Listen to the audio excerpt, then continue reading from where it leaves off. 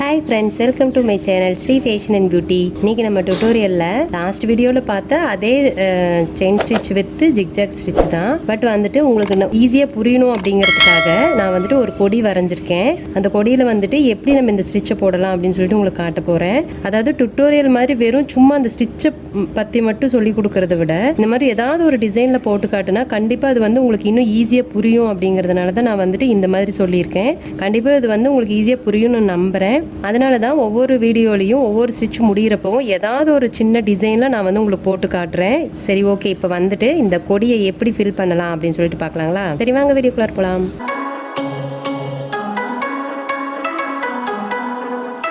இந்த கொடிக்கு வந்துட்டு நான் வந்து டபுள் கலரில் தான் வந்துட்டு நூல் வந்து யூஸ் பண்ண போகிறேன். ஏன்னா நான் சொல்லியிருக்கேன் இல்லைங்களா, ஜிக்ஜாக் ஸ்டிச் வந்துட்டு டபுள் கலரில் போட்டால் தான் நல்லா கான்ட்ராஸ்ட்டாக தெரியும். ஸோ அதனால் ஃபஸ்ட்டு வந்துட்டு நான் அந்த டார்க் ப்ளூ கலரில் த்ரெட் எடுத்துக்கிறேன். இதுவும் பார்த்தீங்க அப்படின்னா நான் முன்னாடி சொன்ன மாதிரி ரொம்ப குட்டியாக போட வேணுங்கிறது இல்லை, ஓரளவுக்கு போட்டால் போதும். பட் அதுக்காக ரொம்ப லென்த்தாக போட்டுறாதீங்க.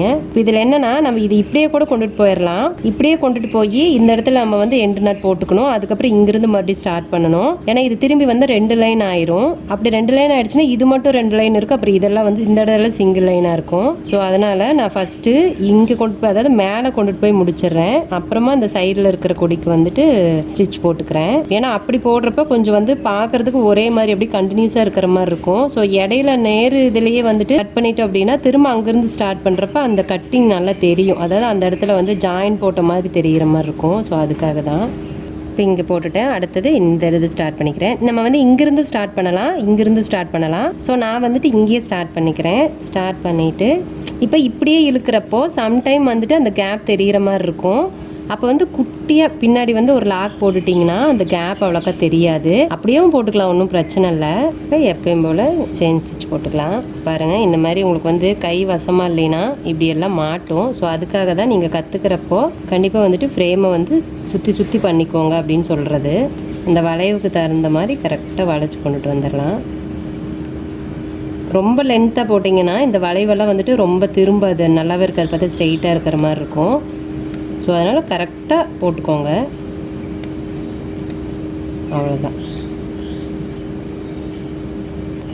உங்களுக்கு நான் சொல்லி கொடுக்குறது நல்லா புரியுதா, ஈஸியாக இருக்கா அப்படின்ட்டு எல்லாருமே எனக்கு வந்து கமெண்ட்டில் சொன்னீங்கன்னா எனக்கு இன்னும் வந்துட்டு ரொம்ப ஹாப்பியாக இருக்கும். உங்களுக்கே தெரியும், நம்ம வந்து ஒருத்தர் ஒரு ஒர்க் பண்ணுறாங்கன்னா அவங்கள வந்து அப்ரிஷியேட் பண்ணால் அவங்களுக்கு அப்படியே ஒரு பூஸ்ட்டு சாப்பிட்ட மாதிரி.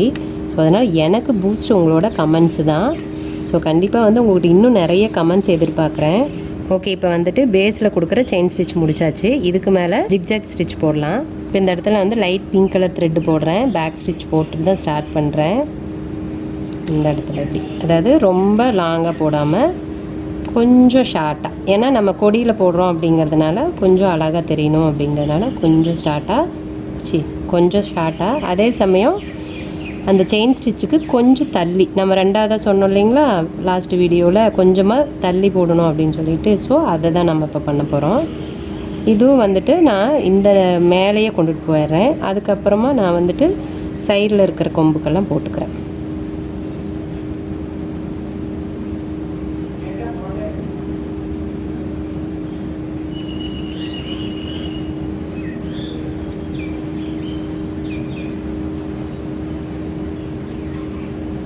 இப்போ இந்த இடத்துல முடிச்சுட்டு இப்படியே ஒரு 2 நாட் போட்டுக்க வேண்டியதான்.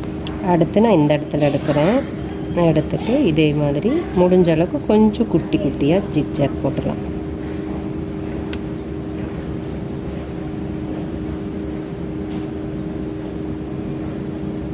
கண்டிப்பாக இந்த மாதிரி சொல்லி கொடுத்தா உங்களுக்கு வந்து ஒரு ஐடியா கிடைக்கும் அப்படின்ட்டு தான் நான் பண்ணுறேன். நீங்கள் சொல்லுங்கள், உங்களுக்கு வந்து இது யூஸ்ஃபுல்லாக இருக்கா, இல்லை இந்தளவுக்கு வந்து தேவையில்லை, கொஞ்சம் வந்து வெறும் அந்த ஸ்டிச்சஸ் சொன்னால் போதுமா, என்ன அந்த மாதிரி உங்களோட ஐடியா என்ன அப்படிங்கிறது எனக்கு வந்து சொல்லுங்கள். ஏன்னா அதெல்லாம் கேட்குறதுக்கு எனக்கு ரொம்ப ஆசையாக இருக்குது. அதுக்கு தான்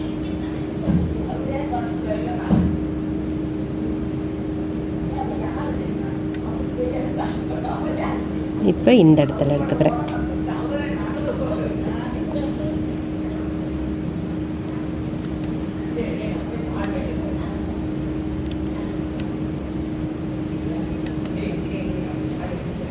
இப்போ வந்து நம்ம இந்த வளைவான இடம் அப்படிங்கிறதுனால தான் இந்த ஜிக்ஜாக் பார்த்திங்கன்னா உங்களுக்கு தெரியும் லைட்டாக அதுவும் ஸ்டிச்சும் வந்து சாஞ்சு வர மாதிரி.